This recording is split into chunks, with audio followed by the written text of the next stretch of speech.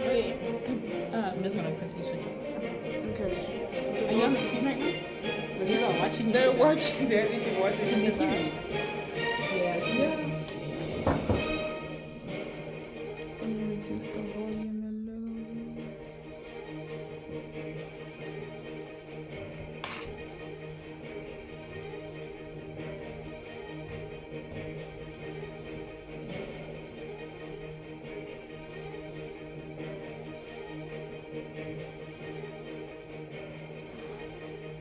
Let's just wait for people to join. Yeah. Just have to wait. I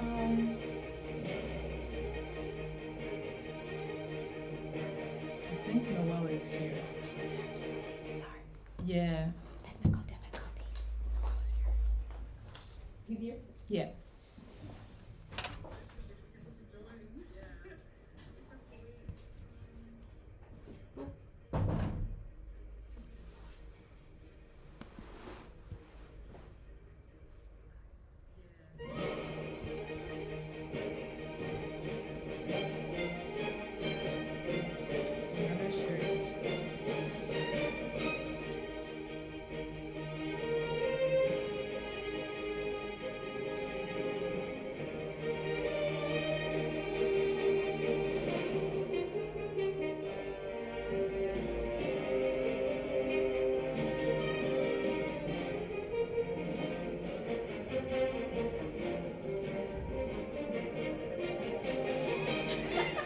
I think we should wait too.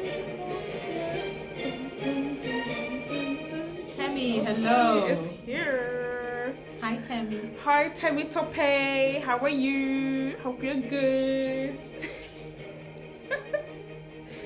Hey, Nasios, welcome, welcome.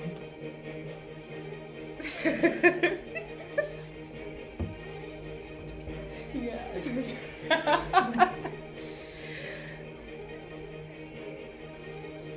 We're gonna wait for a couple more minutes for people to join.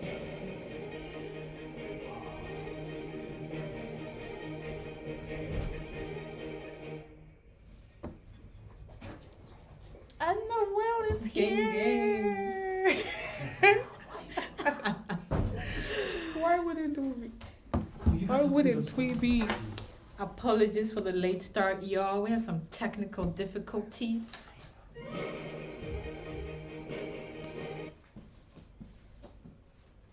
Thank you, Tammy.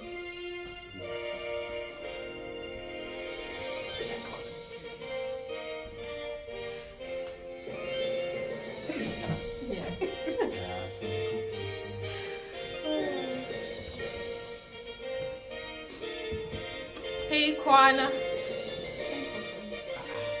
Close enough. We got Kwana here. Our fast checker for the night. This is the whole point of your big head hiding. Ah! Move, man. That's not some of it. Thank you. No. Listen, when you don't have a train, you have to do experiments. Like 5x4, something has to work. Yes, Noel is here. Tammy's saying that.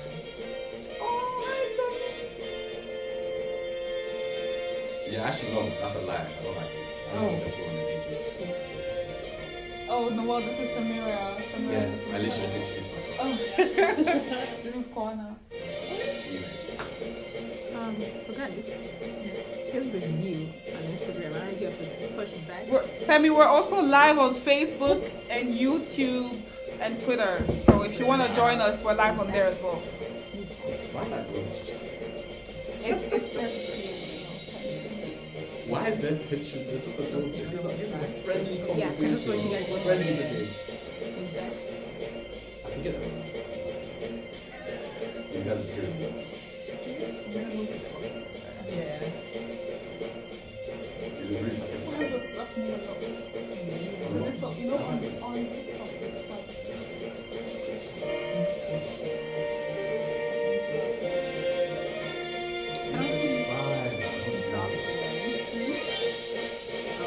No, you look closer.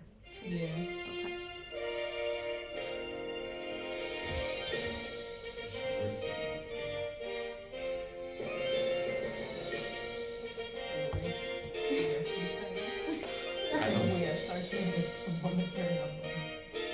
with hip hop?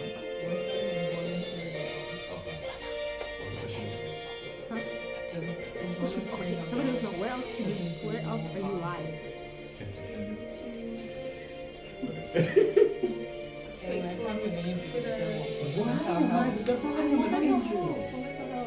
When I bring out peace and tranquility, I don't know why you're coming at me. Listen, even for mental health, I'm a good guy. I believe in mental health. At least I believe. It's my favorite. What are you gonna say, Noah? I think talking about mental health is a terrible thing. Different platform. A terrible thing. Yeah. Okay, we'll start strong. No, Why you someone's guys so asking where else are you live? My phone's not ringing. Oh yeah. I think it's only Unspoken answer. Oh. I'm sorry, saying it to them makes sense because they know the Yeah. shit that I've gone through. I'm so sorry, I keep thinking that. Facebook. Where else? I keep thinking that everyone around me just knows the shit I've gone through. Facebook. Twitter. Forgive me. Why I should say it. Hopefully not why.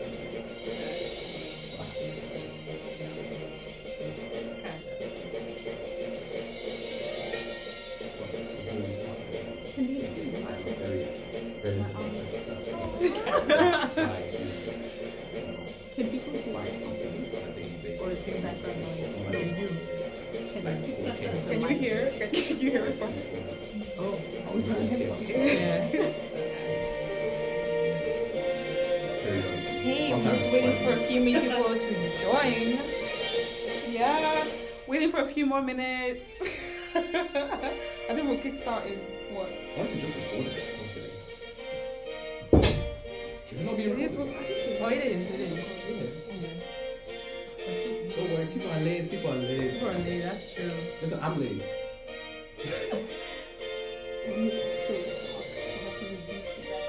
Oh, it'll be awful.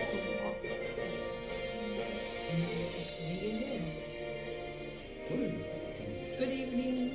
Good evening, Tata Yoni. Thank you so much for coming. Merci d'être venu. That's my aunt. I was thinking, why the switch up? You're not in charge of I didn't see it coming.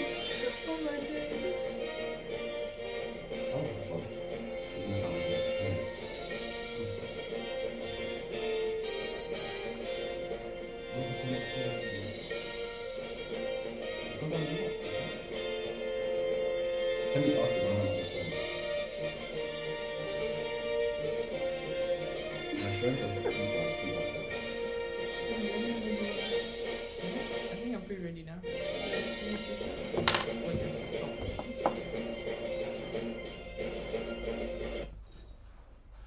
I think it should just be like, no, Oh man, I got a big ass thing.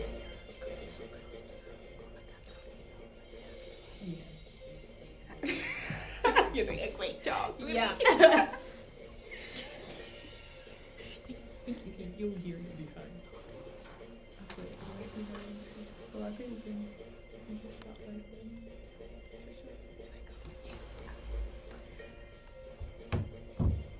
Hi everyone, hello. Thank you so much for coming. We appreciate the few of you here. We are your fellow young global health professionals and your host for this debate. I am Jocelyn I'm Edna. and we will be your hosts. So, what are we talking about today, Edna? We have a lot in store for y'all. We're gonna be talking about volunteering abroad. We shall be talking about abortion. Oh! We shall be talking about COVID. COVID. We've heard some of you say, "Oh, the pandemic was a conspiracy."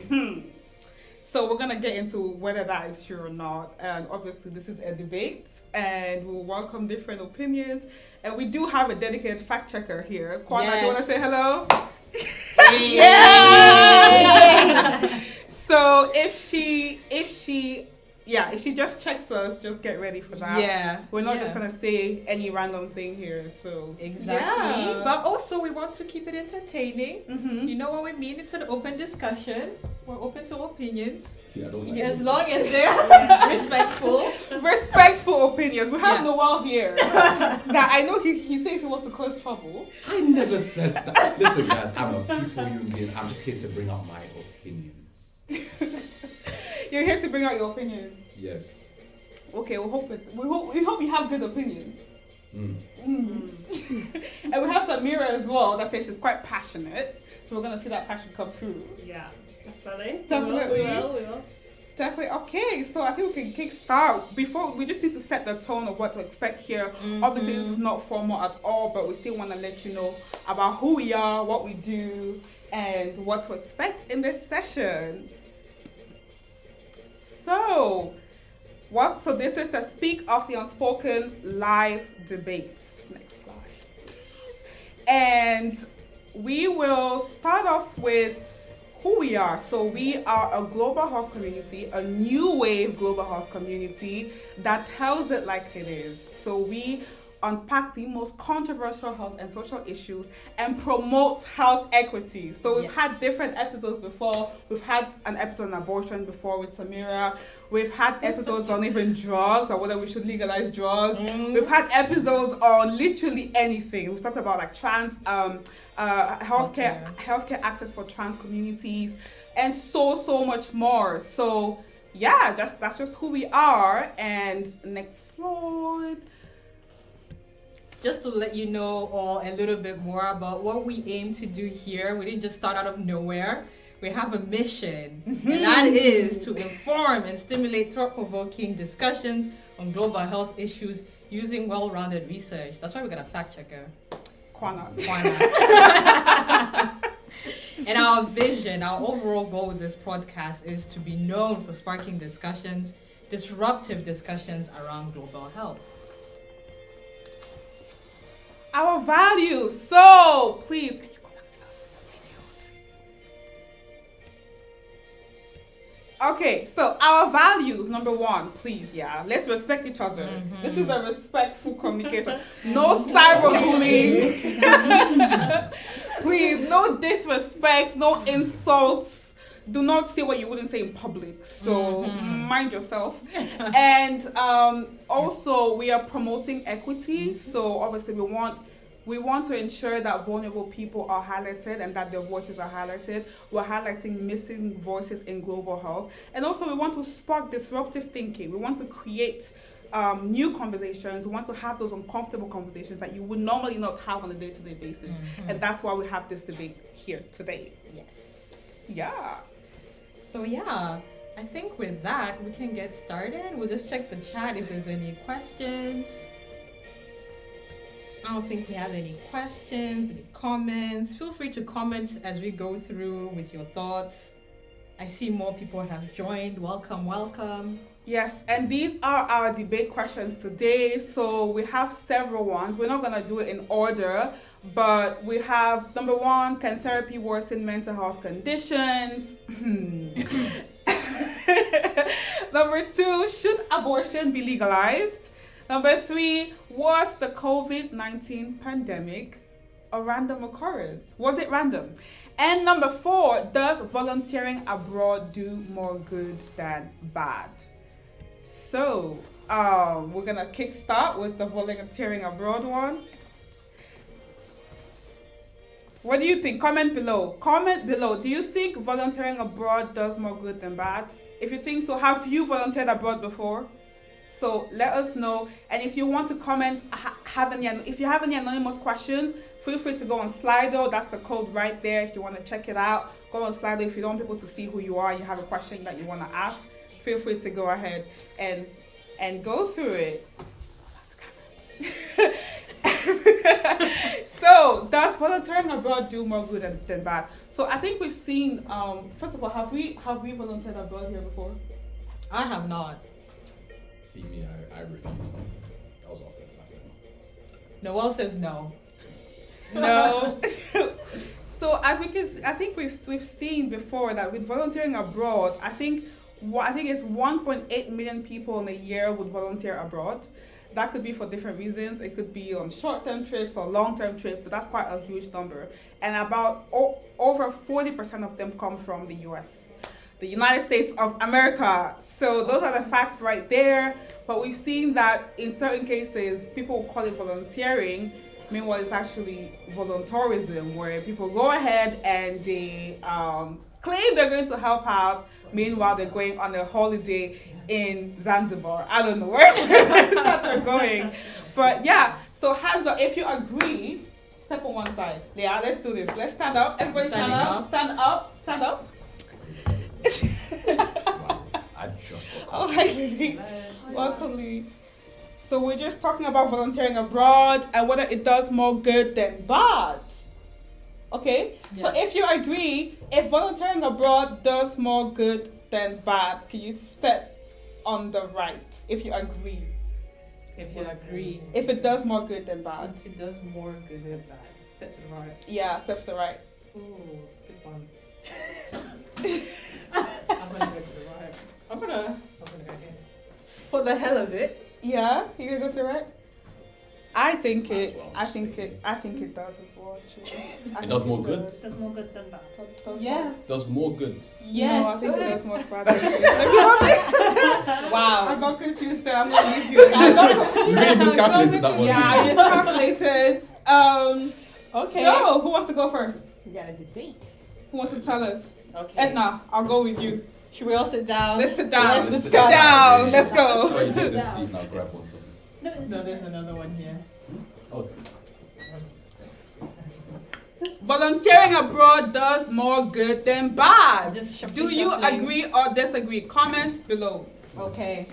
Okay. I would say I agree. Based on the principle, half a loaf of bread is better than none at all. It's better than nothing.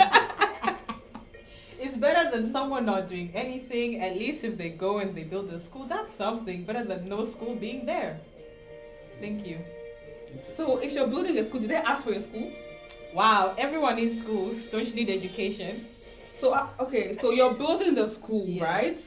You need teachers to build a school. True. You need a head teacher.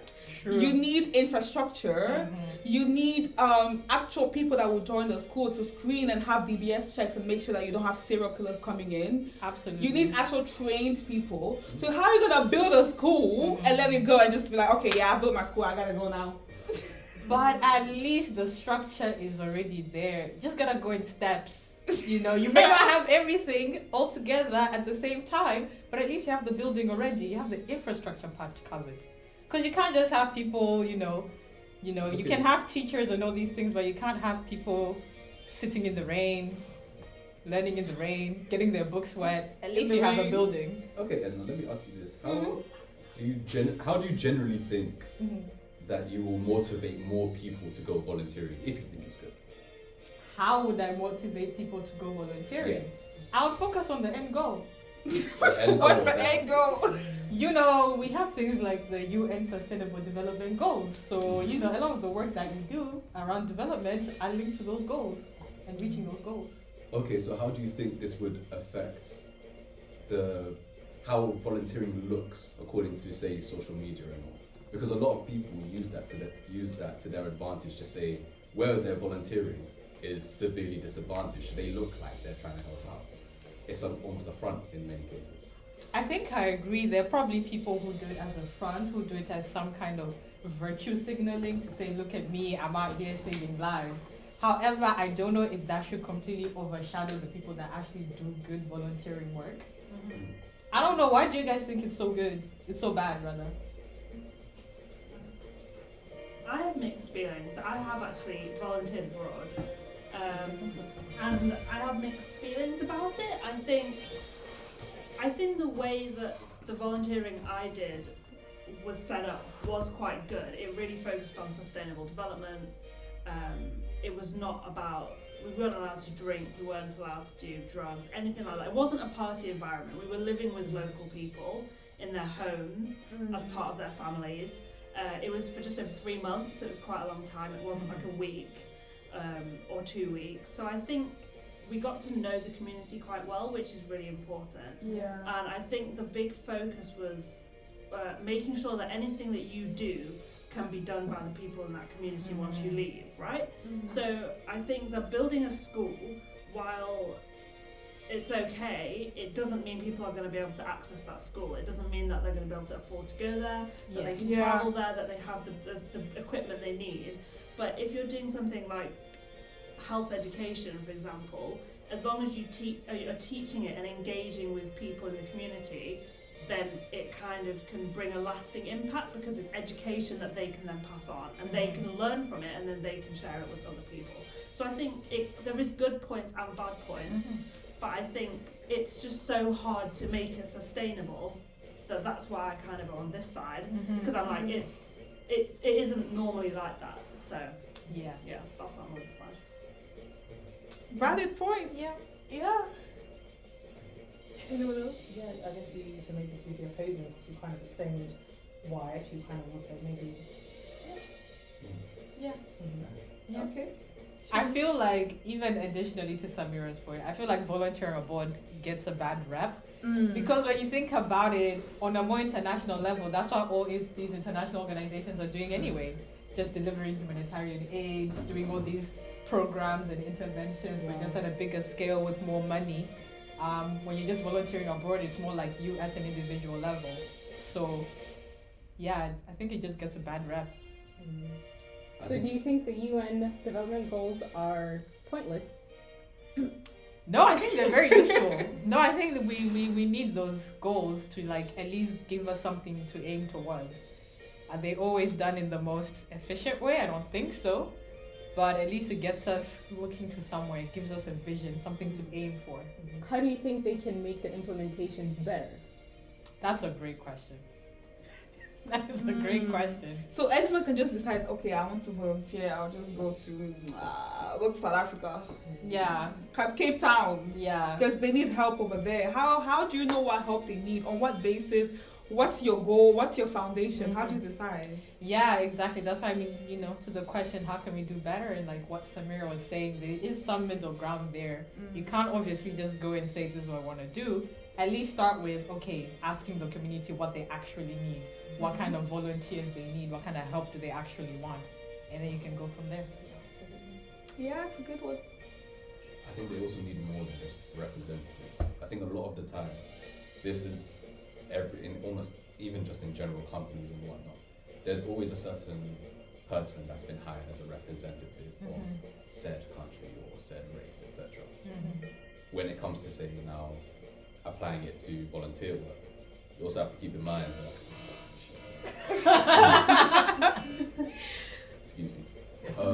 You also have to keep in mind that with this volunteering, it needs to be more than just one representative going to say, oh, how are things here, how's things going? It needs to be a mixture of both, coming from the said country that they're sending volunteers to, coming to, say, let's say the UK, since we're here, coming to the UK to sort of interact with us so that they understand what we see from their angles, so they understand what to take from us, basically. The same way what we're giving to them is what we think we have, but they also need to take the right things from us instead of just saying, oh, let's build a school, or let's build a school, build a school. If we integrate a lot better, it will give us a much greater improvement. Then maybe I'd be on your side. Wow. I said maybe. Maybe. Any final thoughts? I think you just said it all. Okay. Said it all.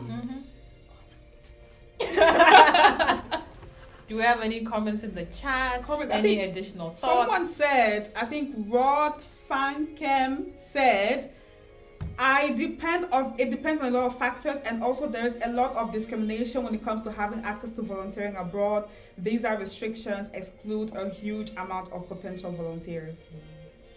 Yeah. That's true. I don't agree when you have to pay like several £1,000s to go.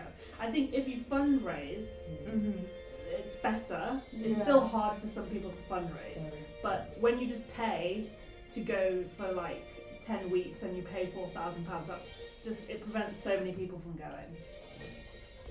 It doesn't always, volunteering isn't always accessible for some people. I think sometimes depending,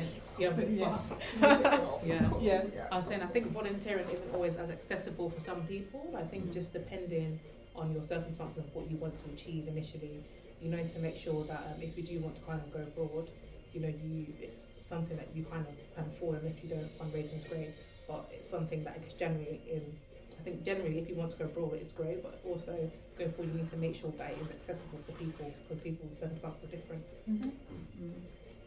Absolutely. Absolutely. Yeah, great point. Yeah. So should we move on to our next question? If you have any more comments, please do below. We'll address them later. And next one.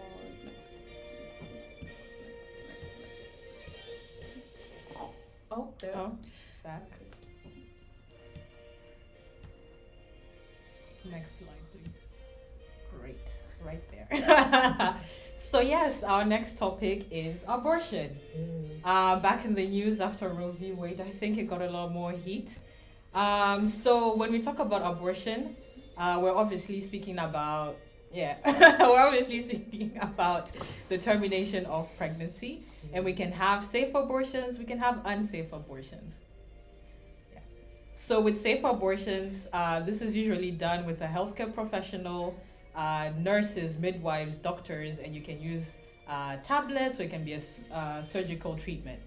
Unsafe abortions, typically these occur when there's not a trained person who can actually carry out the abortion, or people use falsified or fake medicines. People just use any kind of like concoctions that are injected into someone or sometimes deposited into the vagina. And normally sometimes, on the less harmful note, it could just be ineffective at ending the pregnancy, but normally sometimes it ends in the death of a woman. Yeah. So I don't know, where do you guys stand initially? Should we get up and see where we all stand on abortion? Okay, so agree on one side, agree on the right side, disagree on the left side. Should abortion be legalized? Should abortion be legalized? Are we disagreeing on which side? If you agree, go on the right. If you disagree, go on the left. Yeah. Comment below, should abortion be legalized?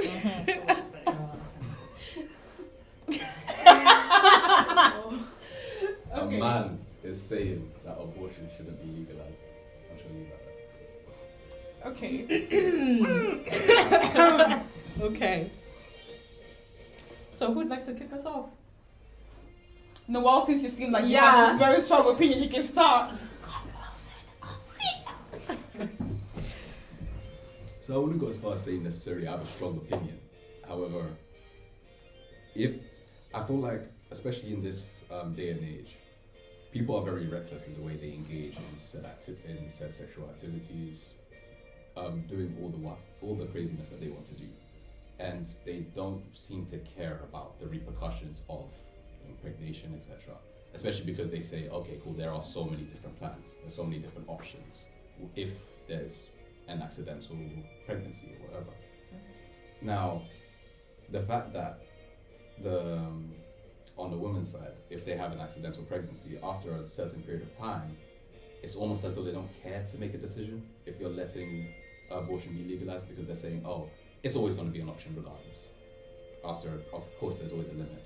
But by saying that, it's like, are you really allowing everyone to give specific responsibility to abortions and stuff like that? That was half waffle. Yeah. Any counter argument? Your side is quiet. Very quiet. Okay, in my opinion, I think we're not saying that it's going to, by saying you're going to legalize it, like for example in America and some of the states where they've made it a criminal offence to have an abortion, even very, very early into the pregnancy. I think we're not saying that, so they've said just no to abortion altogether.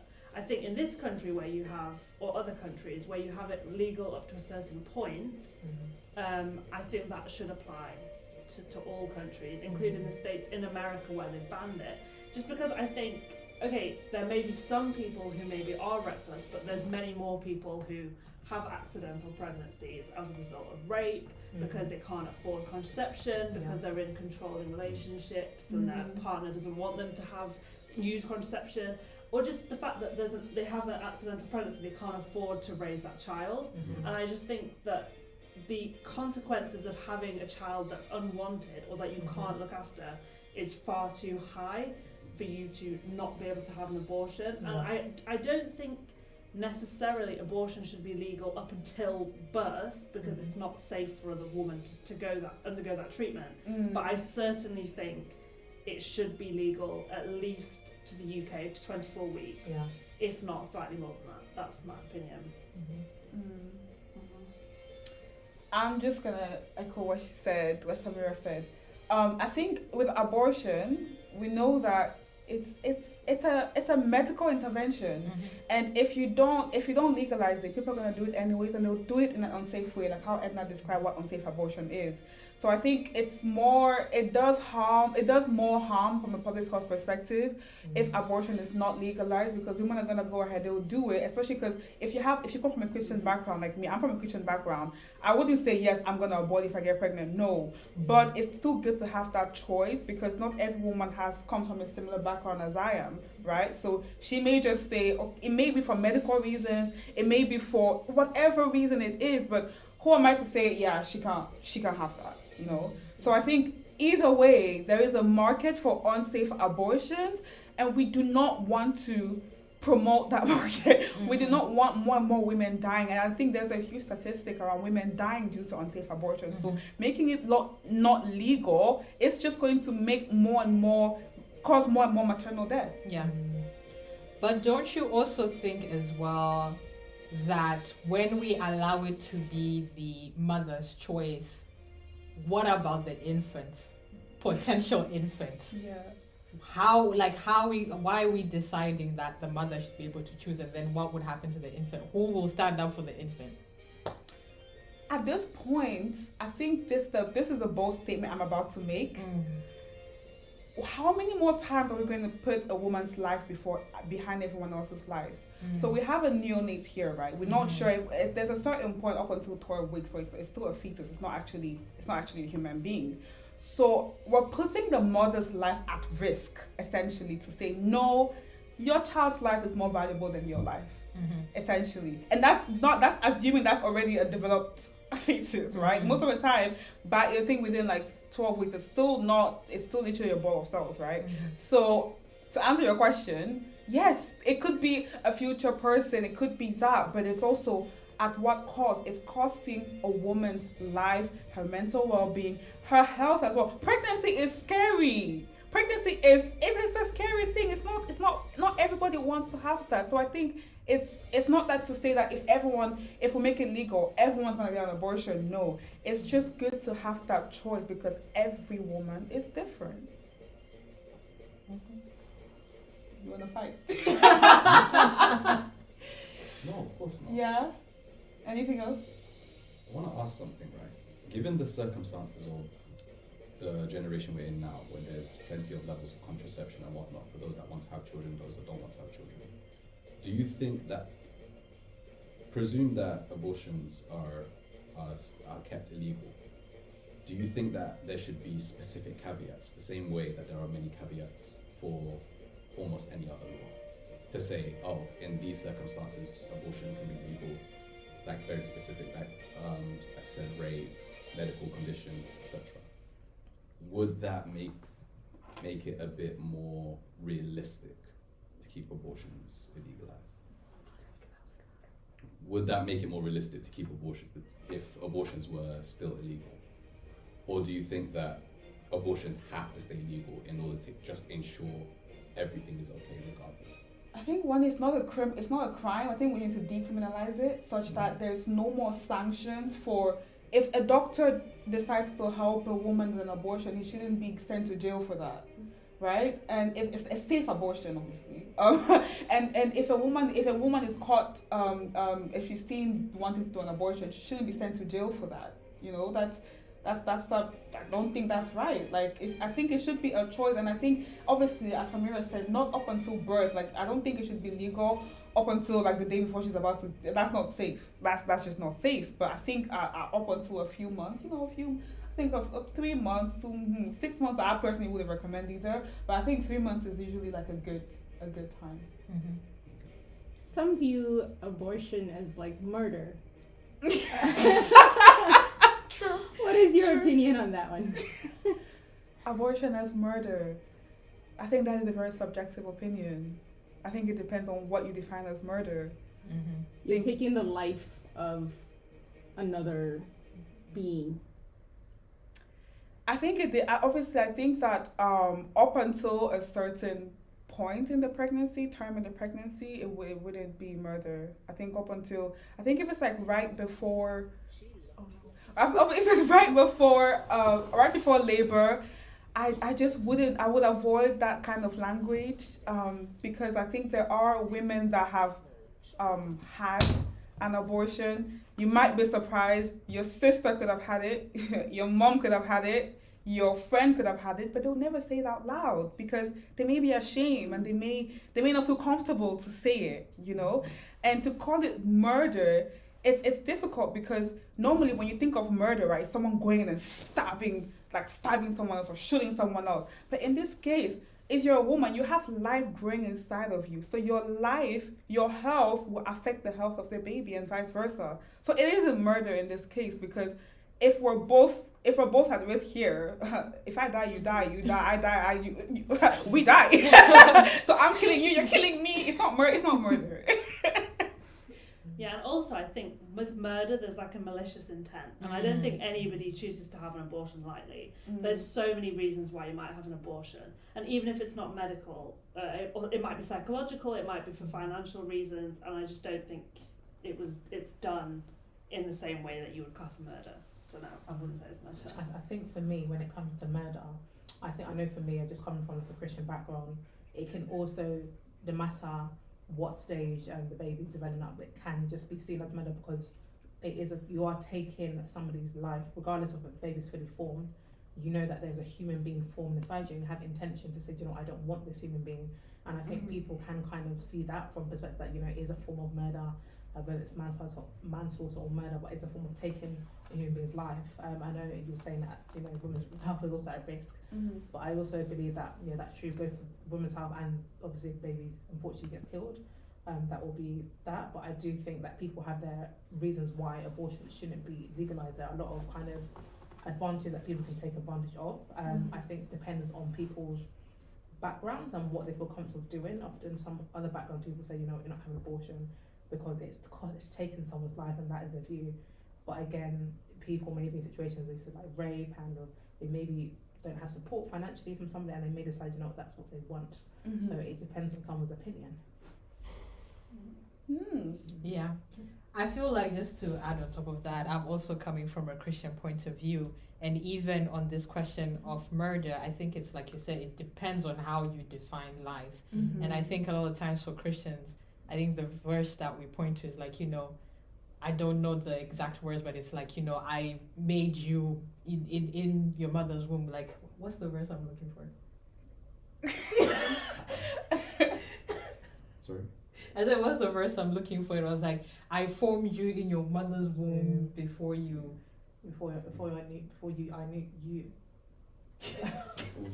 Before you knew you were born or something. Yeah, exactly. So I think that to just say, like, I think from the biblical perspective, it's like it doesn't necessarily have to be a bowl of fetus. It doesn't have to be something that's existing there already. It's like that life is already been formed. It's already been formed. Yeah, again. Yeah, and that's almost why I would say yes, I'm a Christian as well, and I agree with that from my perspective, but not everyone is. And I think it's quite restrictive to impose that on everyone that's not. Like, there are Muslims, there are, I don't know, different religions and non-Christians as well. So now to impose that, and when you mix politics and religion, that's when people start protesting. And that's the issue we have a lot of the times when people start criticizing religion. People start getting angry at the church because now you've imposed laws on people's life based on different religions. So I think that we need to separate the two and not blur the lines there.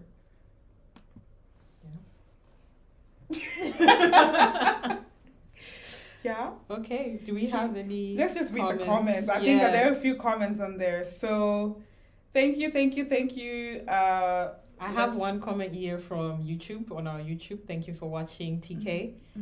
Women's safety and needs are usually overlooked when it comes to abortion. That's his comment.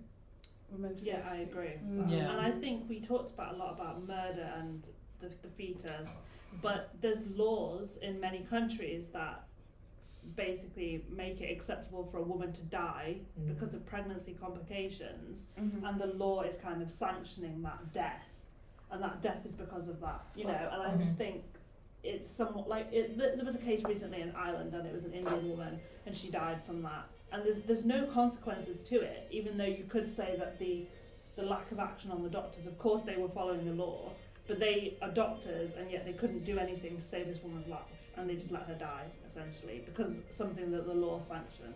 So I think, I agree that women's rights are overlooked in terms of abortion. And especially the long-term consequences of having an abortion, what that can have in somebody when they want to have children again, that may also affect them too, so you need to weigh that out too. Yeah. Any comments on the Instagram streets? Yeah, on the Instagram, I've seen, just random, I'm just going to include the ones that are just random. Aptly Filante, I know who you are, said legalize. Let's go WHI, thank you so much. And then Black Success Women said, will you share your post? We'll share it later. Nicole Fante, congrats WHI, thank you so much. Aptly Filante again said, does insurance cover abortions? Should insurance cover abortions? I don't know if it does, but should it? Should it cover abortions? I think for certain groups, especially with like teen moms, like teen moms and like young vulnerable people, yeah. But how much is that insurance going to cost?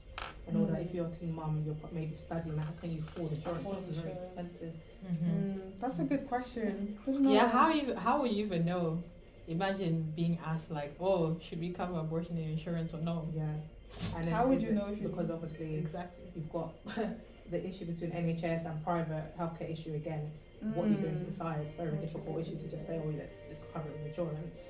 And then one thing I know with a lot of these like public health interventions is they usually prioritize based on need. Yeah. So if we're in a population where most women want an abortion, then you would have insurance systems that would cover abortion. But if you're in a place where abortion is not even legalized, then no. No, because I think certain parts of Ireland, isn't it, that abortion clinics a lot of abortion clinics have been closed. I know a lot of parts of like the Christian community, a lot of people have been lobbying in certain kind of abortion clinics and saying that you need to be closed. So that would be something to consider as well, that different parts of the country where abortion is legalised, where it's not. Obviously parts of Europe, it may be legalised. So it's very good to just do your research first before you start kind of talking about these topics, Yeah. And then just a few more comments from our YouTube. I think there is need for a healthy debate about women's needs and what pregnancy does to them and the context of how to raise the family. Now we're having these discussions and it sheds a light on to a much needed understanding, but I think this will evolve as time goes on. Yeah, 100%. I think that's a nice way to wrap that up. Let's go.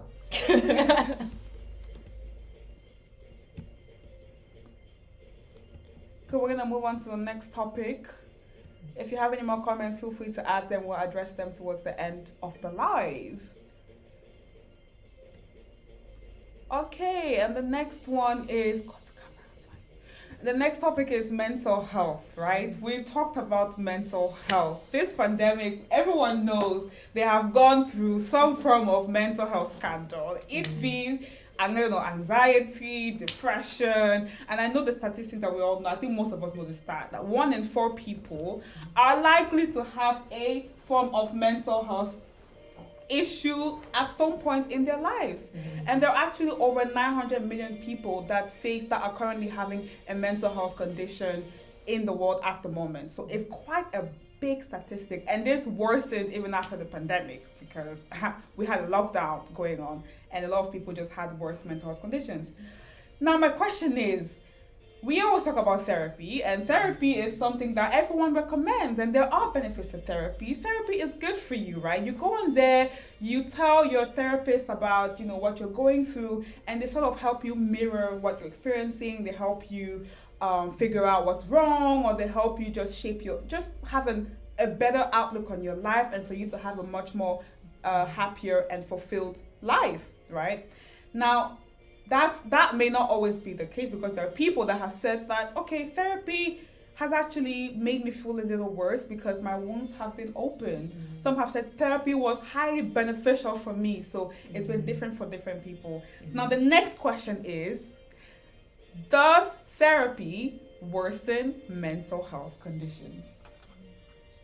I think for me, I'm gonna have We- to. First of all, let's do the same thing again. Same thing. If you agree, you go on the right, and if you disagree, you go on the left. Question is, does therapy worsen mental health conditions? Comment below. What's your experience with therapy? Have you had therapy before? Let us know. Would you go to therapy if you haven't? Comment below. Let's go. Does therapy worsen mental health conditions? Agree or disagree? If you agree, go on the right. Disagree, go on the left. Yeah. Do you agree that it worsens mental health? You disagree? Disagree. This is a disagree, right? Yeah. Disagree as well. Disagree, yeah. Okay.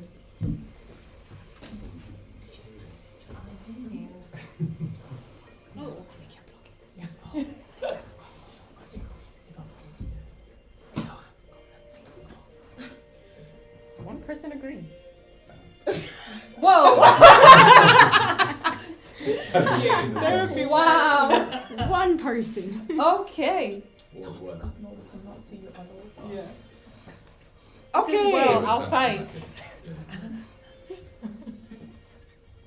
So, does therapy worsen mental health conditions? Who wants to go? I will say, as the only one here who disagrees, or rather who agrees, Agrees. who agrees with this statement, in theory. I think this is mostly based on the fact that I know of people, for example, who do suffer from some kind of mental condition. They have gone to therapy. They have gone to all the specialists, but it is not improving their condition. Sometimes even putting certain labels on what they have can actually cause more harm. Sometimes they go and they're told they have this, another specialist will say they have that, another specialist will just say, take these drugs. So in that sense, it doesn't always necessarily mean that it will actually be beneficial for the person.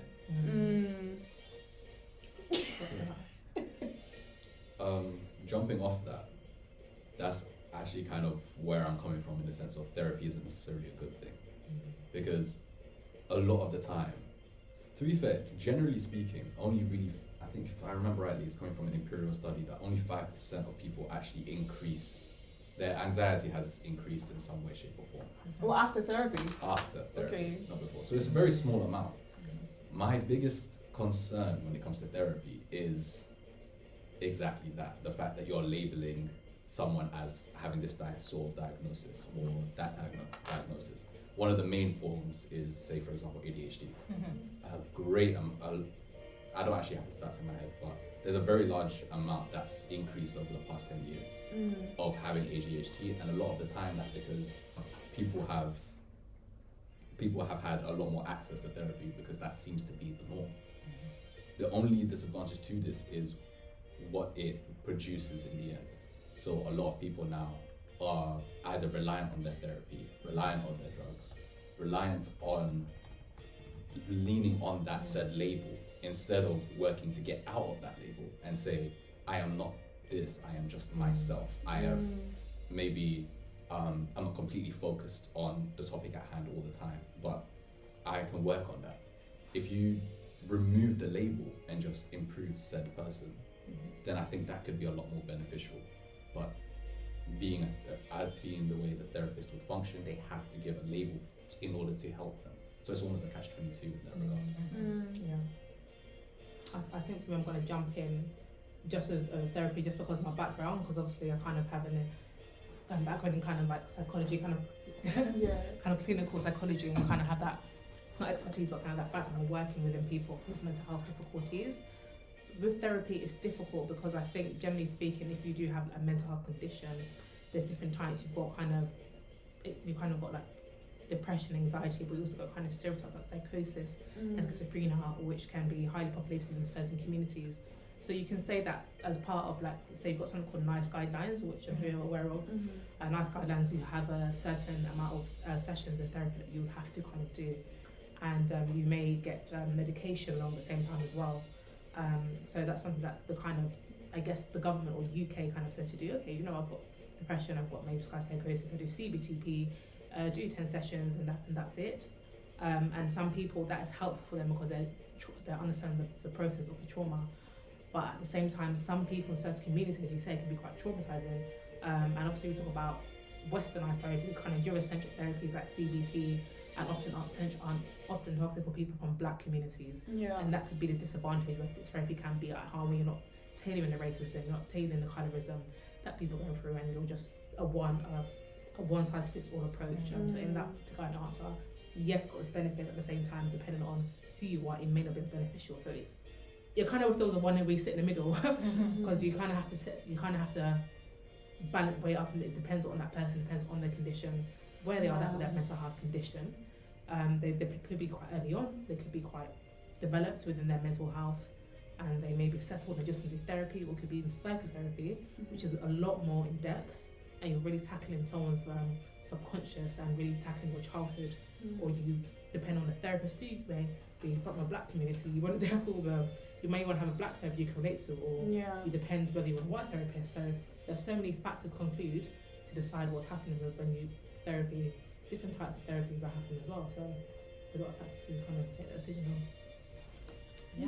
Yeah, I think now I'm a bit torn between the two.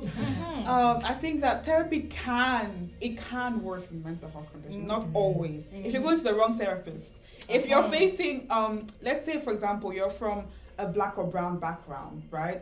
And let's say you're having an issue that is tightly related to your family trauma, especially with like a particular tradition that you have to do, I don't know, before you die or something. And your therapist is like, but no, just talk to your parents, they'll understand. But no, they won't always understand, especially when it comes to traditions and cultures. So it needs to be tailored to the person as well. And I think there are different kinds of therapy. There's cognitive behavioral therapy, there is humanistic therapy, there is group therapy. There are different types. So if you're going for the wrong one, then yeah, it can worsen. Or it could open old wounds, like especially if the therapist doesn't help you recover from whatever you're going through. If you go for a short period of time, if you go for only like a couple of weeks or 4 weeks instead of going for like a whole year or something, then yeah, you could just go ahead and tell all your business, and now you're here crying left and right, but with no solution. Sometimes there isn't that recovery. Yeah. That recovery and healing, and I think certain kind of therapists, maybe certain kind of types of therapies where there's more, you're not probing too much that somebody can't recover. Yeah, I was just thinking that sometimes when there isn't always that recovery from therapy. Sometimes you've decided, you know what, this is what I want to do. I want to go and do therapy. I'm not going to find mental health difficulty to help me, and then you come out and you're like, well, you know what, actually it's maybe not worse. It isn't that recovery. And obviously thinking about NHS again, private practices, how is an NHS therapist different from a private practice? Are they going to be more caring, considerate if they're black, they're not black? Are they going to understand the difficulty with racialized minority communities where people don't understand mental health? Or sometimes the system doesn't understand mental health, and they think, well, they've got witchcraft, and maybe going to therapy could actually cause a difficulty. There we go. But these guidelines shift and they change. Yeah. And so we have seen, for example, in the past how mental illness was used to actually suppress women. Yeah. And the husband could just go and say, oh, I think my wife is not okay, and they could just be sent away to some mental institution. We've also seen for people in the trans community where before being trans or having gender dysphoria was treated as some kind of like illness based on certain guidelines that were set at that time. Obviously they have changed now, but that's my thing as well, like the guidelines that we have today, let's say for ADHD, anxiety, depression, what we're diagnosing today, is it still gonna be the same in the future? Like what if it ends up changing? And in the meantime we're just misdiagnosing people or just moving on the guidelines that are not completely set.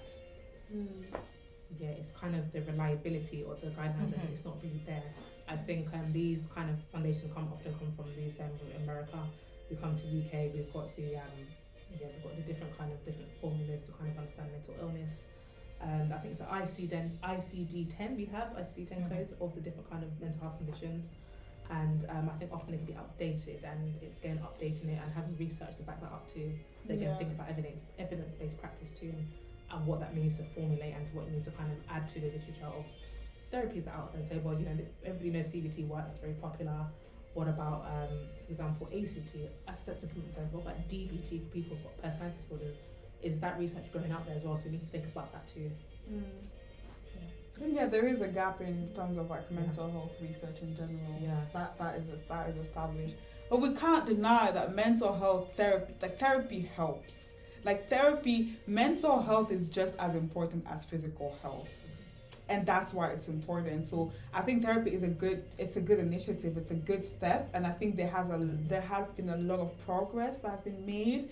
Obviously, there's improvement needed, yeah, but we can't just say, yeah, we don't need therapy. Like, what other options do we have? It's true. I don't think we should completely get rid of therapy, but to the original question of can it worsen mental health conditions, I think it can. I personally it can. Please comment in the questions. Comment below. Can therapy worsen mental health conditions? Let us know what you think. I think we also need to be very careful that it gets a bit too easy to go into therapy. This sounds very weird, but stay with me. Now, there's a lot more, as time has gone by now, because everyone has now focused so much on mental health, saying, oh, this is a very big deal, it's very important for everyone's mental health to be okay. Now, there's so many caveats, so many ways of where people can be helped because of their mental health. Now, this is not a bad thing, I'm not trying to say it's not. However, now it gives new ways for a great many people to exploit the system in a certain manner. Say, for example, so, I'm sorry, I don't have the stats off the top of my head, but I know in the more recent generations with the new level of graduates that have been coming into, well, in financial sectors anyway, a much larger amount of people have now been saying that, oh, my mental health is deteriorating, being in this place, I can't do this day and that day.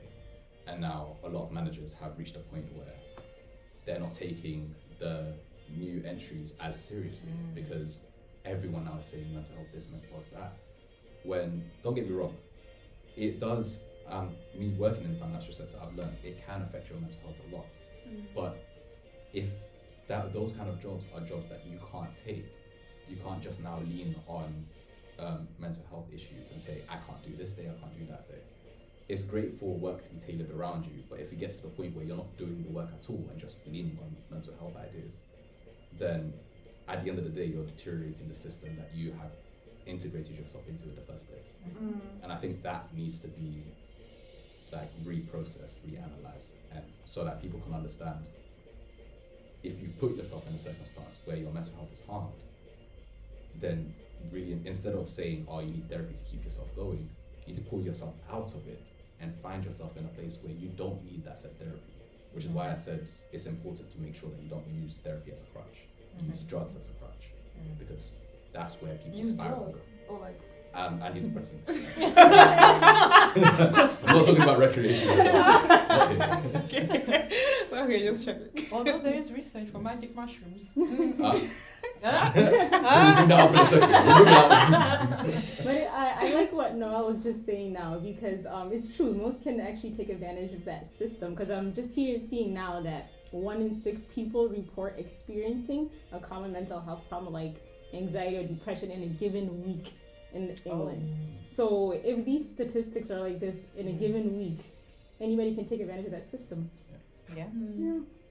Well, I think what you're saying, you made a good point that you don't want to get caught in that system and that sometimes you don't want to be relying on therapy.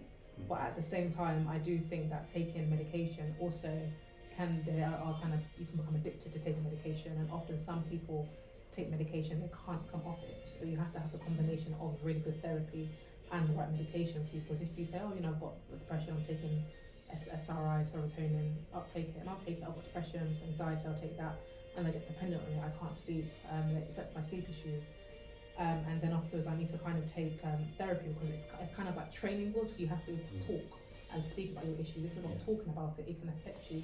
So I do think you do need to be able to kind of, it is a tool that we have in the UK. Many parts of the country don't have that. And I think you do need it. I think you do have to be able to talk to people about your issues. At the same time, medication, you can become reliant on the long-term effects of medication, like brain fog, becoming numb.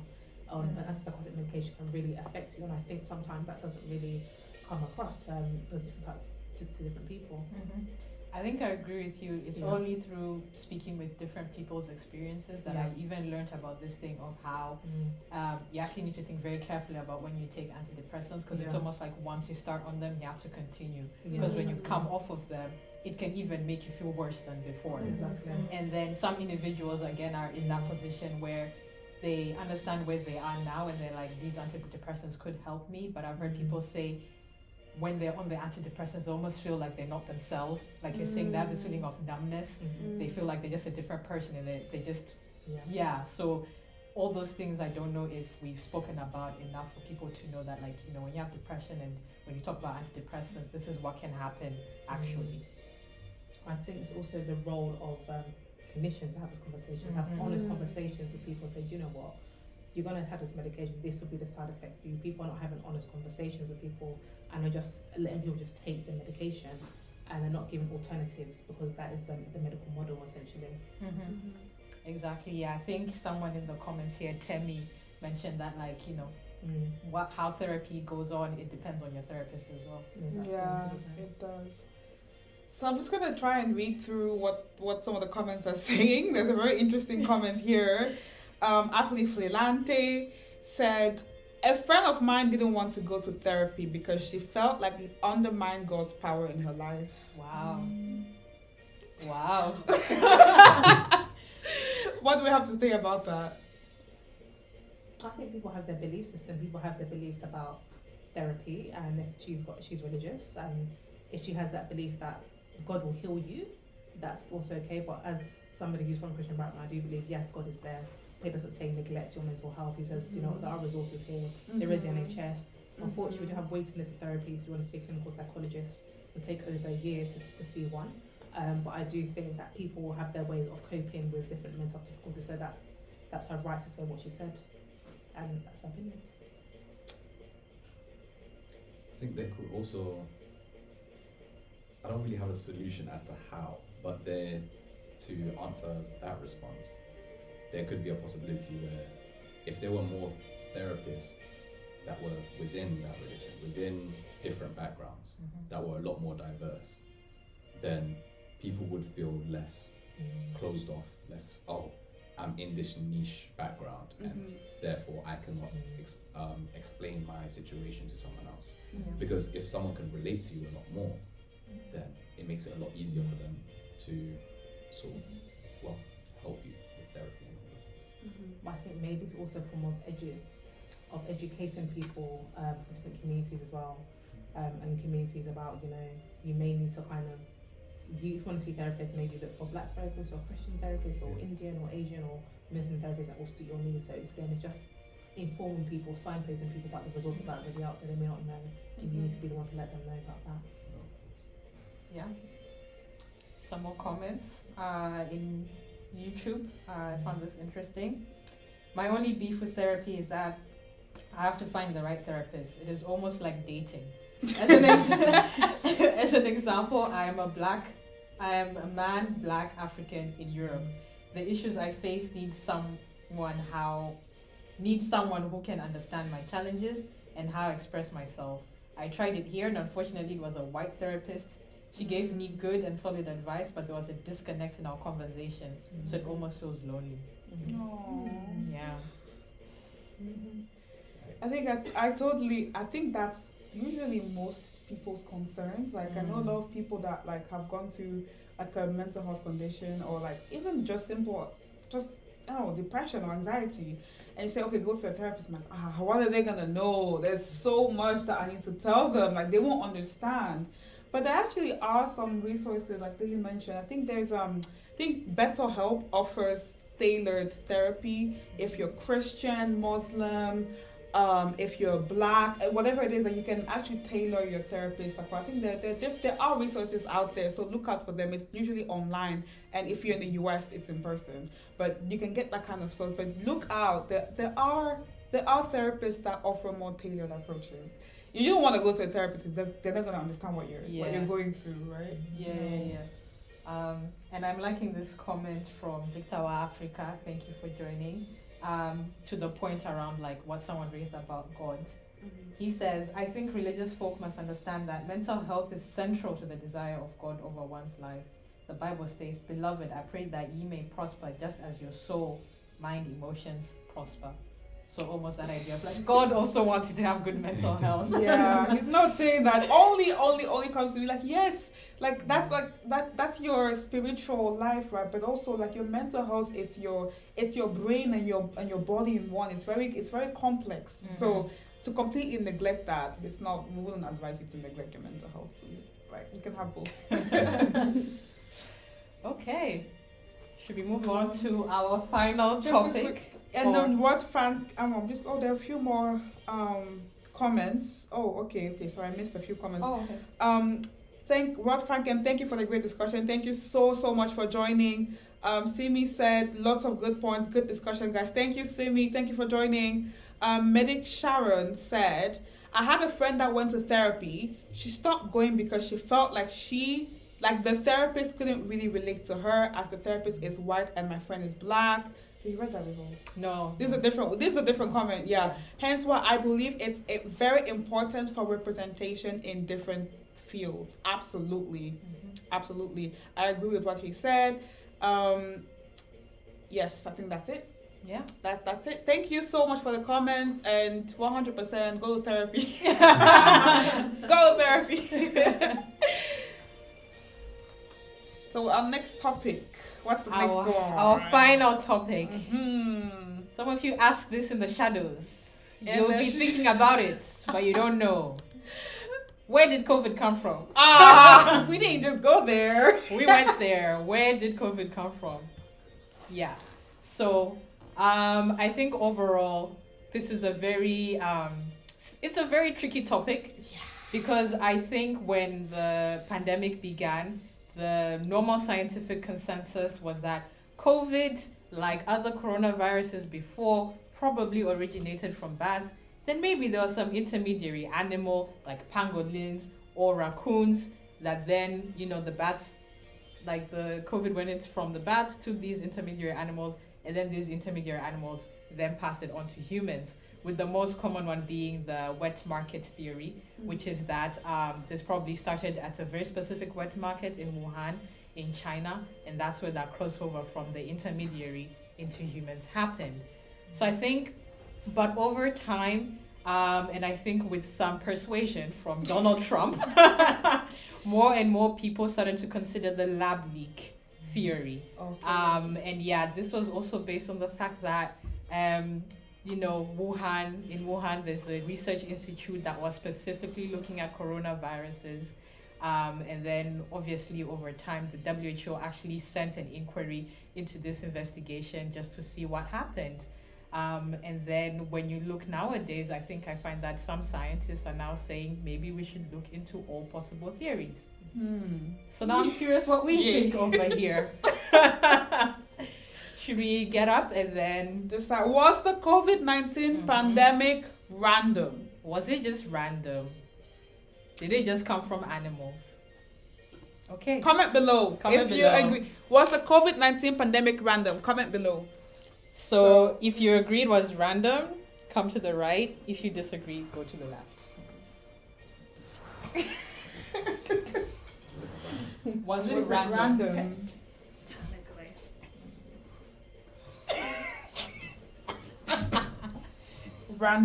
Random. Did it just happen? Okay. Please comment. That's fine.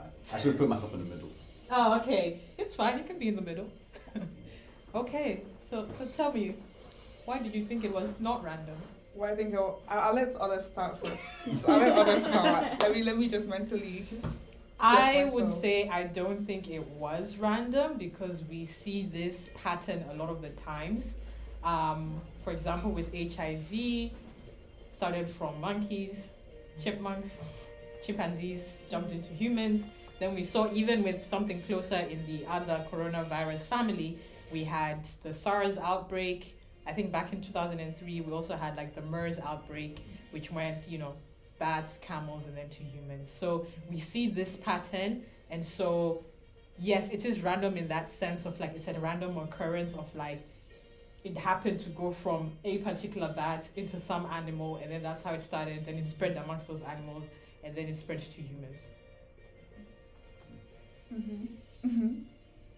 I think that in the sense of it being random, I think it definitely would. I don't think it was planned in the sense of I don't think it was meant to spread to humans in the first place.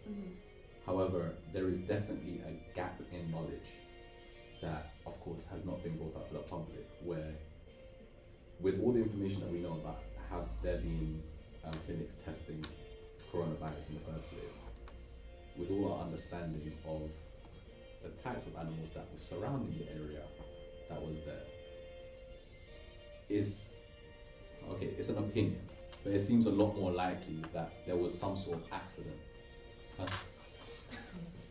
It seems that it was a lot more likely that there was some sort of accident there that caused the bats to intake this coronavirus for it to spread in the first place. That's what I think. Random accident.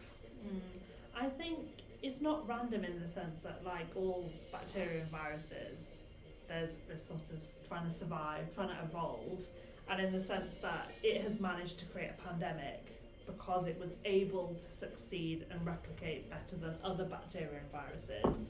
So I don't think it's random in that sense, but I don't think it was a hoax. I just think that it's, like so many other viruses that spread. It just like the Spanish flu, like that was a whole thing in the 1900s. And I just think it's happened to survive better than other viruses of its type. But I don't think it's a hoax. I just think we were not prepared, and that's why it's become as bad as it is.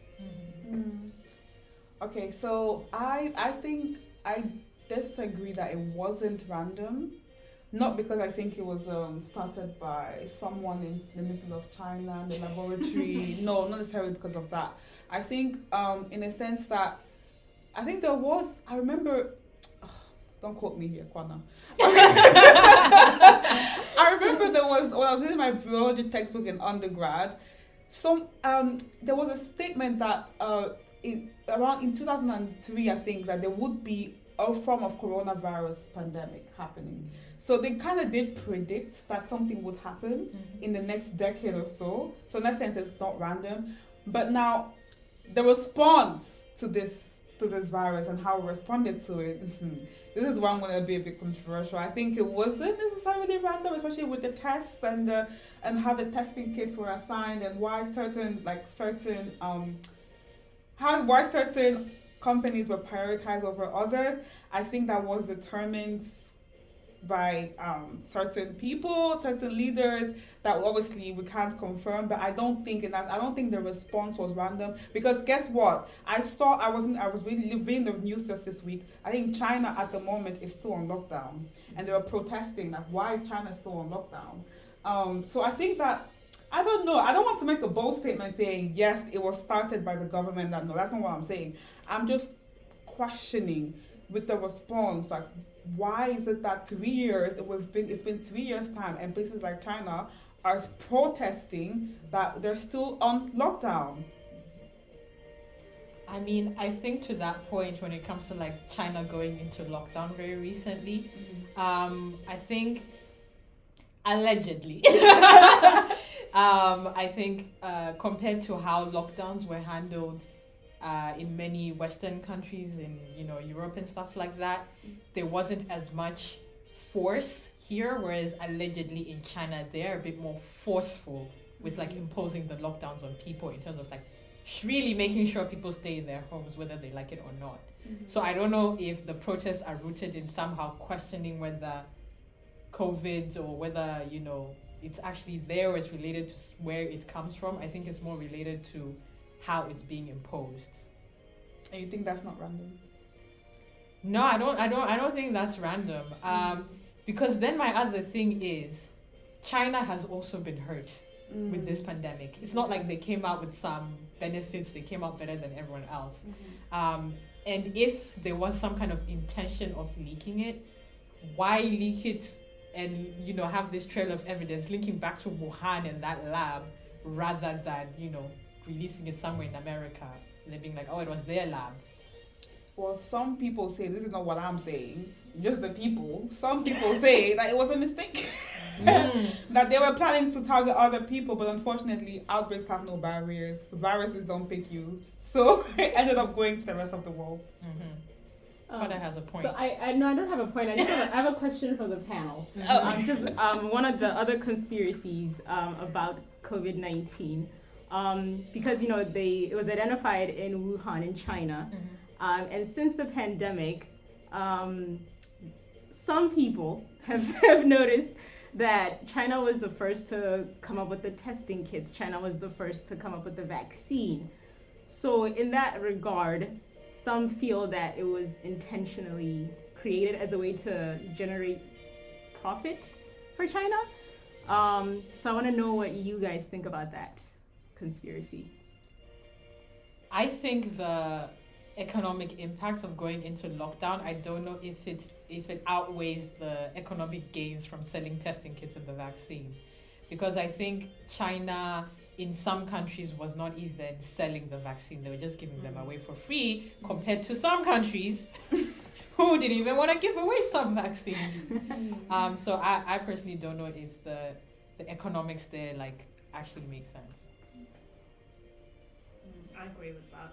I think, I'm not sure on this, but I don't think China has necessarily profited the most from vaccines or testing kits. And I think a lot of people say the speed that they came up with the vaccine is really suspicious. But I just think they don't understand that how vaccines work. It's not that they've invented a new vaccine for coronavirus. So I just think, it's all a bit of a conspiracy theory. But in actual fact, it's just a process that's ongoing that they've adapted to for coronavirus rather than for other viruses. And the reason is because it affects the West more, as well as, other countries. That's why. And I'm just playing devil's advocate here, by the way, please do not quote me. But I think another thing that the people have said is we are still in a HIV pandemic and there is no vaccine. Why is that a COVID-19 vaccine? Should I just say it straight? Say it. Because it's not affecting the vast majority of Western civilization. Exactly. Yeah. Mhm. Yeah. I feel like even COVID was very... If you look at the stages of how COVID spread around the world and the response that the Western world actually gave to it originally, you can see that for how it was in London, for example, it wasn't taken that seriously. At first, when it spread around China, when there was a whole lockdown, no one took it seriously. There wasn't even a question mark of should we make a vaccine. That wasn't even in the cards. It was only the second that it was announced that someone had COVID and has now come into this country that panic started to spread over the course of January, February. Panic was spreading around, it was chaotic, and then the government was now pressured into trying to implement something, having to do some sort of lockdown. My point is, no one in government is ever going to care unless it starts to hinder them specifically. That's as much as everyone wants to say this is a diplomatic, Western civilization is diplomatic, etc. Whoever's in power is going to do everything that they can to get the most out of their own power. Power corrupts absolutely. It's something that we've seen time and time again throughout history. And we see it today, especially with our current government. The way they've handled COVID, in the first place, the chaotic ideals of putting in a lockdown, trying to release the lockdown temporarily with each other help. Then suddenly bringing back lockdown. They're suddenly bringing back, trying to say, we are going to unlock everything. If they were really out for the people's interests, there would have been a lockdown for a much greater period of time, and it would have been disaggregated all at once. As I think, if I remember rightly, New Zealand was a perfect example. They, whether they're in for themselves or not, you could see that at the very least they took it very seriously. Lockdown was implemented immediately, no hesitation. Waited until it's completely gone. Bear in mind, this is before vaccines were confirmed and had been spread out. I think, don't fact check me. I'm just. I'm Like, pretty sure. Connor, please. Yeah. don't come for me. Don't come for me. But I'm pretty sure it was only after about 2.5 months where they were able to announce that there was no more COVID, and they were able to go back to their day-to-day lives. Mm. All I'm saying is, Western civilization is very, very in for the 1%. That's what I'll say. But then one could also argue that with HIV, it started affecting more and more rich people, and then they started having all these antiretroviral drugs for these rich people. So why don't we have a vaccine for HIV? Because it's a lot more profitable to have conditions, to have treatments than it is to have cures. It's the same question of why is there no cure for cancer? If you're telling me for the past 10 years, with the amount of charities that are around, with the amount of funding that has gone into researching cancer, that there is no actual solution, then I think it's quite far-fetched. I disagree, because like even with cancer, it affects the rich Western people. So Steve Jobs. It does. they all have cancer. Cancer is literally, I think it's, what's the statistic? I swear it must be 1 in 2 people. 1 in 3 Like, or something. 1 in 3, like something crazy. Yeah, Will develop. look at Yeah. cancer. So why do we have a cure for cancer at the moment and we have a vaccine for COVID? Yeah. I mean, I think to the point of cancer, like just based on my few notes of immunology, or I feel like there's been so many different approaches to like looking into cancer. I think we're still even at a level of like understanding why it happens as well. Like, why would your own body do this, and then how you counter that. You know, a lot of therapies right now, it's almost like you're having to attack your own body. So I think it is really a challenging disease. I agree. There is some part of it that there is different modes of transmission for Yeah. diseases, for viruses. Yeah. Like HIV, the way in which it changes is harder to create a vaccine than it is for COVID, which is, you know, not dissimilar to loads of other viruses we have vaccines for. So I think that is a point, but I do agree with what's been said. But I'm just pointing out there is a scientifically, you know, a difference in how difficult it is to create vaccines. Yeah. Yes, and I have even more to say about what the people have said again. The people. We have 1 COVID dose, 2 COVID doses, 3, a fourth dose, even a 5th dose. That's a bit too much, isn't it? It's for the profit. It's for the profit. I definitely do think like the pharmaceutical companies are the only ones that I'd say profit from this. And yeah, whether that's because they genuinely do not have any other solutions and this is actually what is best, I don't know. I feel like it's still too early days for us to know. I think how fast it even came about is because pharmaceutical companies are well known for like, they will have things in the pipeline, but until it becomes a real problem, that's when they'll like really push it forward, like the mRNA technology that like really helped with these vaccines. So I think until something else new comes about, they probably won't want to like move out of that comfort zone, if that makes sense. Why do we have 5 doses? Why do we have 5 Exactly. doses? It's so much doses. So many Too many doses. doses. So many doses. You've got booster. I know you kind of talked about the rates of how quickly the vaccine came up, and I do think the government are kind of run virologists are kind of, you know, producing vaccines, and obviously you've got the Moderna, got so many, but I do think they are very selfish and they're not caring so much about the long-term side effects the vaccine could have on you. And people are still in hospital for COVID, you know, at the start people think, oh, I've got COVID, and then can't see their loved one. That part was just there. So there's so much things wrong also in terms of how it's created. You know, we've had the Ebola disease, and that was kind of came out of Africa, and I do think there are some kind of connection between Ebola and the COVID.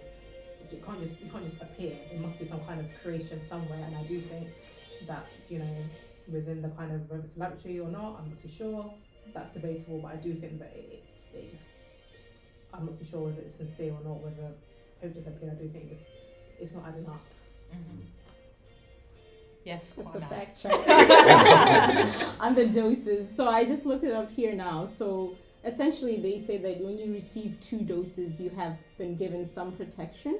But to generate a full immune response, then you need these additional doses. And they're mainly prioritized to, it says here, people aged 12 and older who had a severely weakened immune system. But now my question is, like you said, like, should it be administered to everyone? Rather, why don't we just target those ones with the severely weakened immune system to get those 4 or 5 doses?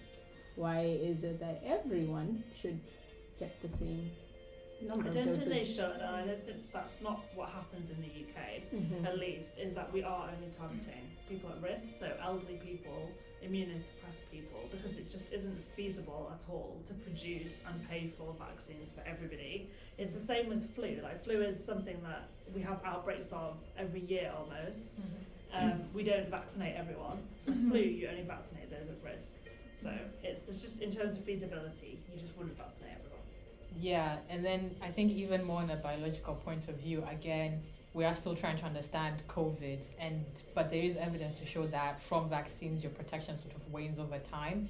It's not like other vaccines that we have where you get your dose when you're a child for like polio or something and you have lifelong immunity. With COVID, we're not seeing that, so that's why you always need these new boosters. And similarly with flu, because different variants of flu Yeah. circulate or Yeah. become popular every year, so you will need a vaccine that is specific for that variant. The one you had last year may not protect you from this new variant. See, now the people are also very concerned. Just we're gonna reveal who the people are. Yeah. Who are the I'll let you know very soon. The people say with flu it's a seasonal thing, but with COVID, they had the vaccine and they still had COVID. So why should I be getting a vaccine if it's not gonna work? It was man-made so that they can profit from us and keep us in our rooms. Yeah, again, I think this goes back to understanding what the vaccines are actually meant to do. None of the studies, none of the clinical trials were there to say taking the vaccine will prevent infection. No. It does not prevent infection. We're not that advanced, I'm afraid. But the vaccine does prevent severe disease from COVID-19. So the vaccines have been helpful in reducing the number of hospitalizations and people with severe disease. To me, I think the analogy that I like is like saying, oh, because we continue to have car accidents, that means seatbelts don't work. No, the seatbelt can still protect you from potentially dying, but it's not necessarily going to stop a car accident from happening. The people are somehow impressed. Yes. I mean, if I'm going to play like slightly devil's advocate for the other side in terms of like random, I do also think there is an aspect of our day-to-day lives, our modern lives, that make it more likely that we will have more of these spillover events. Like the fact that we're encroaching on animal habitats, like the fact there will be people that will be going into these bat caves, there are people, cutting down trees, and then animals have to like interact with humans more. I think that does actually increase the likelihood of like some of these diseases like spilling over to humans. On top of that, all of like the globalization and people traveling everywhere, and no one necessarily wanting to report that they have COVID. I think some of the human behaviors are also like impacting the spread of the diseases.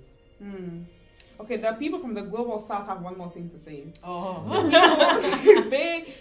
If vaccines are so useful and helpful as we claim they are, why is it that people in Cameroon and Nigeria do not have access to the number of doses that you have in the UK? You have up to 3 doses, some even have up to 5. Whereas in some countries, like in Cameroon, they have to pay to get a vaccine, they have to pay to get tests.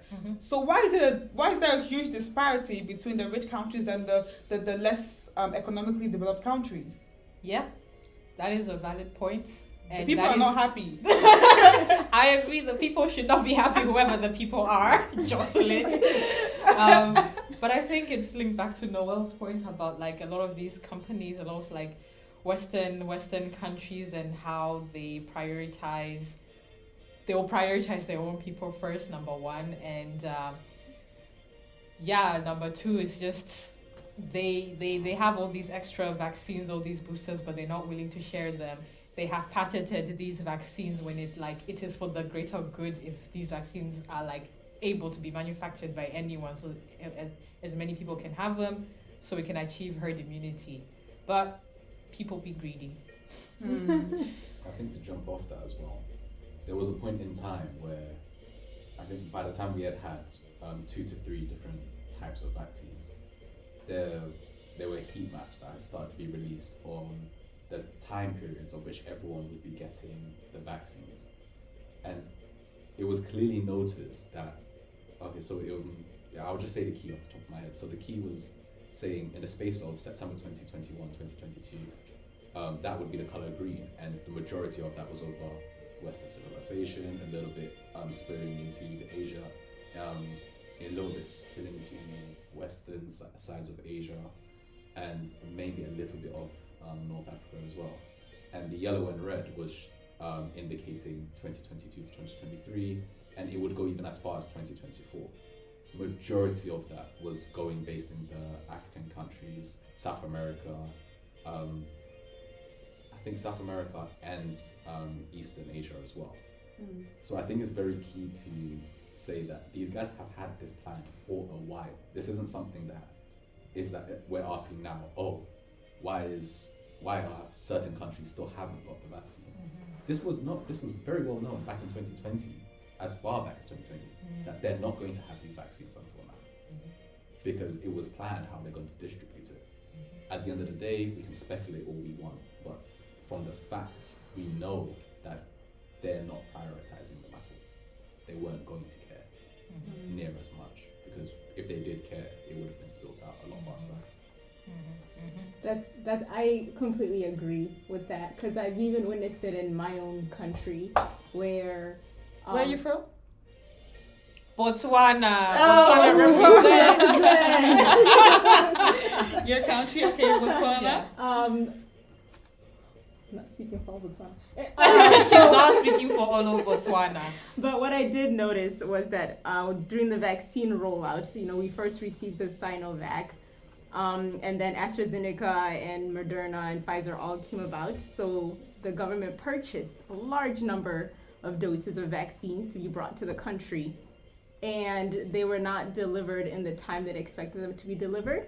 And just to prove Noel's point, they were prioritizing themselves, because that's when COVID was now getting worse in these countries. So we had a lot of citizens who were still waiting on their second doses of, let's say, AstraZeneca, for instance, because they had not been brought to the country yet. So it just goes to the point that some countries are disadvantaged by this whole system. Yeah. That is an excellent point. Yeah. Yeah. Do we have any more thoughts? If you're more curious about this, we have a whole episode on COVAX. Yes. And why vaccines were not distributed fairly. You can just see it on YouTube. It's everywhere. It's everywhere at WHI_podcast. You probably already know World Health Investigation. Go listen. And do you want to read the comments? Yeah, let's go into the comments. I'll start off on YouTube. Maybe Jocelyn can tell us what's going on Insta. We have someone saying, I can understand the skepticism. I'm not a conspiracist, but Ebola almost destroyed Africa. But COVID happens and it's the global issue, and the vaccine is is made quickly.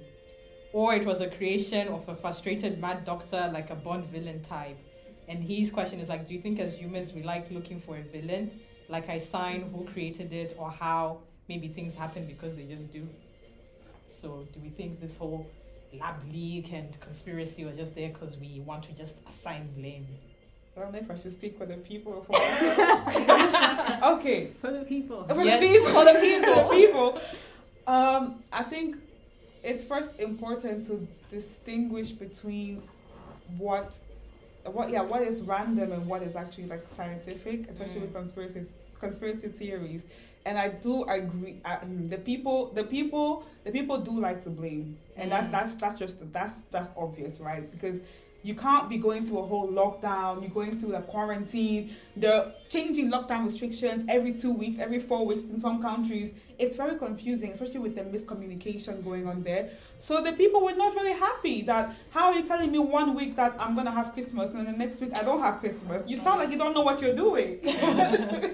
You don't know what you're doing. So I think on one hand that does create that mistrust, so that the general public is not trusting the government, not trusting healthcare systems, because it hasn't been communicated adequately.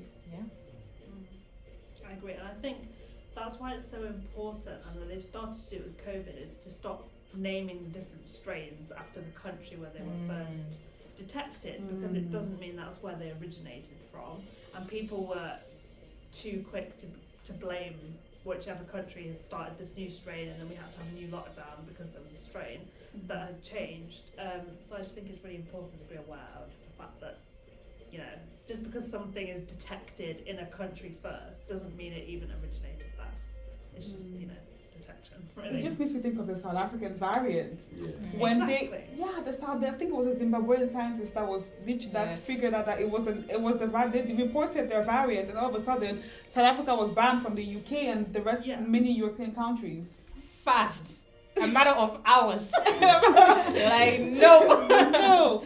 So these are the factors that make people think that this pandemic was planned and it was bound to be discriminatory towards certain people. Yeah. Yeah, and I think we forget really how badly Chinese people suffered from racism, attacks on the street, businesses. Nobody would go to any business that was Chinese run at the beginning of the pandemic. And I just think, you know, that did have an impact, and we tend to forget because it's been 3 years now that it was quite bad at the beginning. It was really bad, I remember. Yeah, good point. We have Victor Africa here saying, nah, I'll say it for you. It was started by the Chinese government. A lot of geopolitics is at play here. I think I agree with the part about geopolitics, especially like we're mentioning now what Samira said, like there was, you know, some early attempts to really point the finger at China, and I personally think some of it was rooted in the racism. Yeah. Some people calling it a Chinese virus. Yeah, exactly. And I think in response to that question about why HIV and AIDS, we still don't have a cure or a vaccine, there was a response saying HIV and AIDS is good business. I think which we have echoed here. Any more comments? Any more comments? I think again, Victor, Africa said, COVID-19 is all about geopolitics and maintaining the strength and monopoly of the global north. We tried manufacturing our own vaccines, but those ones didn't appreciate our efforts, which is true. It is true. Any comments? No? Okay. I think that's it. And I think Temi said exactly Jocelyn and Noah. I don't know if you agree with the people. It wasn't Jocelyn. It was the people. Just the people. Just the people. Okay. I think that's it. Are there any more comments? Final thoughts? Burning. I think to finally answer the question, was COVID random? Very possibly. How it was reacted to was very calculated. That's all. Yes, I love that. That goes back to, that's what I was saying earlier. That the pandemic For the people. The people. That's what the people were saying. the people earlier. were saying that the pandemic response sounded a bit dodgy. Yeah. Seemed a bit dodgy. Yeah. Yeah? Any last caveats, messages for the people? Yeah? We're good? Fact checker? All good? All good. All good. Fantastic. I think we can close it here. Yeah, maybe we can go to like the last few slides we had here. Just so y'all, if you enjoyed this, thank you all so much for your participation, your comments, your thoughts.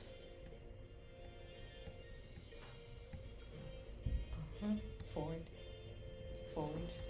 Yes. If you're wondering where to find us, I think you're already on some of these platforms. On Instagram, if you haven't followed us yet, please do follow us. WHI_podcast. On Twitter, you can find us as well at WHI_podcast.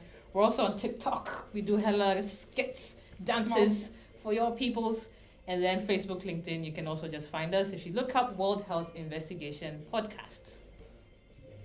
Subscribe to our YouTube channel. Like we said, we speak a lot about these topics already anyway. We have an episode on COVAX. We have an episode that we did with the lovely Samira on abortion. So please do check those out.